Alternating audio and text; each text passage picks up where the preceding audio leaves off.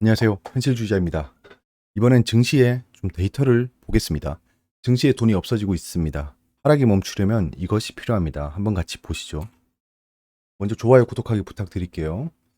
현재 코스피 상황이 어떤가요? 지금 예전에 형성되었던 지지선을 깨고 내려와서 급락 구간에 진입했죠. 신용 반대 매매가 반복되고 있는 겁니다. 이거는 금융투자협회에 들어가셔서 증시 자금 추이를 보시면 알 수 있습니다. 지금 이제 투매가 발생하기 직전입니다. 지금 현재 투매가 발생하고 있지는 않습니다. 아직은 아니에요. 투매 발생 구간이죠. 투매 발생 구간이고 공포가 발생하는 타이밍이 올 겁니다. 더 이상 좋은 소식이 안 보이고 세상이 곧 망할 것 같은 생각이 듭니다. 사실 코로나 때도 똑같았습니다. 그건 뒤에서 같이 얘기해 보시고요. 하락 추세가 현재 진행 중이죠. 각도가 아주 날카롭기 때문에 지금 막 급하게 반등한다라는 생각은 하지 않으시는 게 좋을 것 같습니다. 그래서 인버스를 통해서 해지하고 있고요. 파월 의장 얘기 핵심만 요약 다시 드리겠습니다. 파월 의장이 지금 현재 그 키를 쥐고 있죠. 현재 뭐 금리가 인상된다, 인플레이션이 온다 이런 것들에 대한 악재로 증시가 하락하고 있다고 가정을 하면 이분의 말이 굉장히 중요하겠죠. 다들 저분의 입만 지켜보고 있다는 겁니다. 22년 말에 금리를 3.4%로 예측한다. 거의 한 1.5%를 올렸죠. 예측치 대비.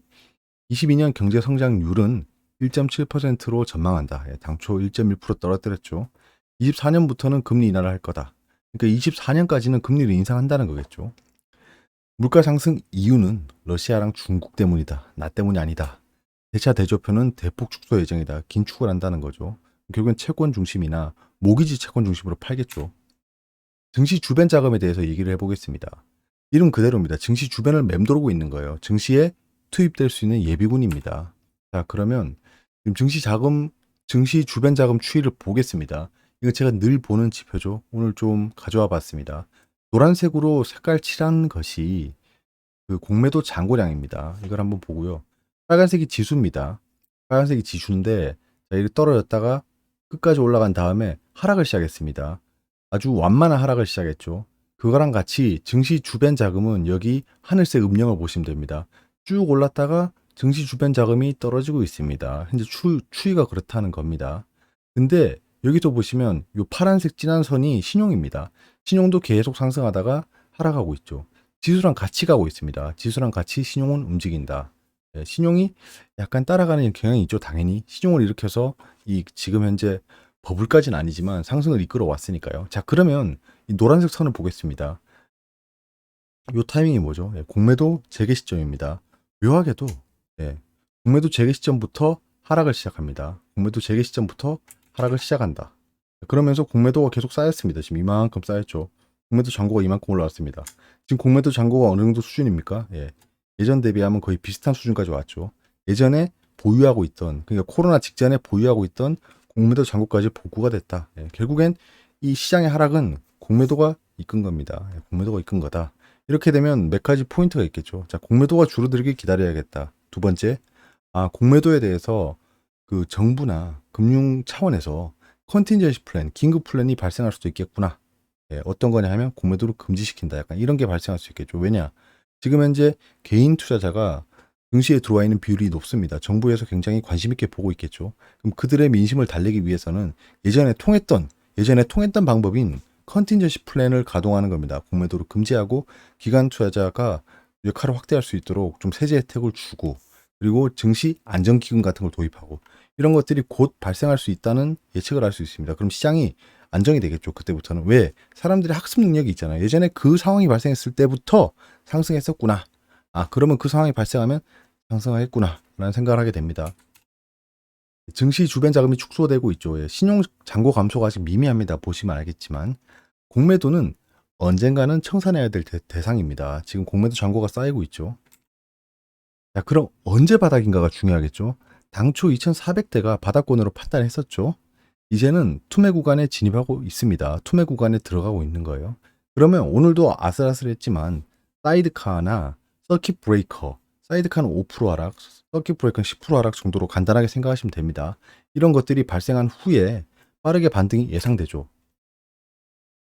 아직은 바닥 판단이 이릅니다. 바닥으로 판단되면 제가 인버스를 축소한 이후에 원유 인버스라던가 레버리지로 이동할 예정입니다. 이런 기사가 뜨고 있죠. 우려가 결국 현실로 오만전자된 삼성전자 500만 개미는 피눈물. 예, 이런 또 조롱성 기사가 계속 나오고 있죠. 김장렬 상상인 증권 리서치센터장 상상이 풍부하시죠. 뭐 쭉 얘기합니다. 그 2018년 말에 PBR까지 떨어질 수 있다라고 희망사항을 얘기하고 있죠. 싸게 사고 싶다는 거를 반대로 얘기하고 있는 겁니다. 하지만 지금 분위기상 하락이 더 쉬운 상황이죠. 53,000원까지 떨어질 거다. 그러면 이분은 53,000원이 되면 사겠죠. 그런 거는 반대로 생각해 볼 수 있다. 여기서 재밌는 얘기가 있어요. 대부분의 시장 참여자가 이런 시나리오를 받아들이기 시작하면, 그러니까 이 현실을 받아들인다는 거죠. 실제 바닥은 이 가격대보다 높게 형성될 것. 그러니까 지금 이성적으로 판단이 힘든 공포 구간에 들어가고 있다는 겁니다. 그럼 사람들이 정상적인 가격 판단이 어려워지겠죠. 근데 사람들이 이걸 받아들이기 시작. 아, 지금 위기구나. 아, 이제 하락을 하는구나라고 하면 사람들이 다 팔겠죠. 그렇게 되면 실질적으로 바닥이 형성될 거다라는 겁니다. 그런 얘기를 지금 돌려서 얘기하고 있어요. 자, 이거는 다시 한번 말씀드리지만 급격한 금리 인상을 하면 한 단기간은 4개월에서 5개월은 조정을 보였었다. 과거에. 자, 금리 관련 이슈는 이제 끝났다고 봅니다. 이미 다 나왔잖아요. 연말까지 3.4%, 24년부터 다시 금리를 인하한다. 뭐 이런 식으로 계획이 다 나왔습니다. 이 계획대로 흘러갈 거기 때문에 얘는 더 이상 예측 불가능한 악재가 아니다. 금리 관련 이슈로 급락하는 일은 더 이상 발생하지 않을 거다. 그럼 바닥은 어떻게 형성됐나를 보겠습니다. 자, 이게 그 코로나 하락 때입니다. 가장 인근에 있는 걸 보면 되겠죠. 이렇게 계속 완만한 하락을 하다가 급격한 하락이 발생했었는데요. 요 구간을 확대해서 보겠습니다. 일단 뭐 우리는 그 결과를 알죠. 여기서부터 거의 루트 반등해서 올라가 버렸죠. 자, 그럼 요 구간을 보겠습니다. 자, 지지선이라고 하는 것들을 그어 보겠습니다. 지지선을 깨고 내려가면 금방 복구한다는 겁니다. 이렇게 이때도 동일하게 말씀드렸어요. 여기 들어가 이 구간쯤인가 이 구간쯤부터 말씀을 드렸죠. 이거는 금방 복구합니다. 왜냐하면 지지선이 있었고 지지선을 하락하고 내려갔는데 이거는 과도한 매도다. 이건 ETF 때문에 발생한 과도한 매도다. 금방 복구할 거다라고 말씀드렸었고 그때 당시에 욕을 많이 먹었지만 일단은 뭐 그렇게 흘러갔습니다. 이때 그렇게 흘러갔고 그걸 예측했다고 한들 앞으로 그렇게 흘러갈 거라는 보장은 없습니다. 하지만 이때는 그랬다는 거 한번 보시고요. 자, 이렇게 급락 구간에 들어가고 나면 그 투매가 발생한 다음에 빠르게 복구해 주더라. 지금 요렇게 움직였었죠. 자, 여기가 지지선이었습니다. 지지선을 깨고 내려가니까 급락이 발생합니다. 계속 급락이 개바락, 롱바디 음봉 이렇게 발생하죠. 그러다가 갑자기 미친 듯이 하락하기 시작합니다. 이때 완전 공포가 발생했었죠. 이때가 서킷 브레이커가 발생했을 당시입니다. 자, 그러면 지금 현재는 어땠나요? 지금 현재는 아직 요 정도쯤에 와 있다는 겁니다. 그래서 그 투매나 급락이 발생하면 급하게 반등할 거다. 이때 약간 단기적으로 기회가 있겠죠. 분명히 이때 또 급락했다가 상승했던 걸 그 경험했던 투자자들이 만약에 이게 시장이 안 좋더라도 그 투자자들이라도 들어올 겁니다. 바닥이구나. 단기 반등을 먹자라고 들어올 겁니다. 그런 상황이 발생할 때까지는 아직 바닥을 판단하긴 어렵다. 똑같은 흐름이 예상된다라는 겁니다. 똑같은 흐름을 예상하고 관망하자. 파는 물량은 무한대일 수가 없습니다. 진짜 막 미친 듯이 갖다 팔고 싶겠지만 팔 수 있는 물량은 제한적이고요. 팔려는 사람들은 제한적입니다.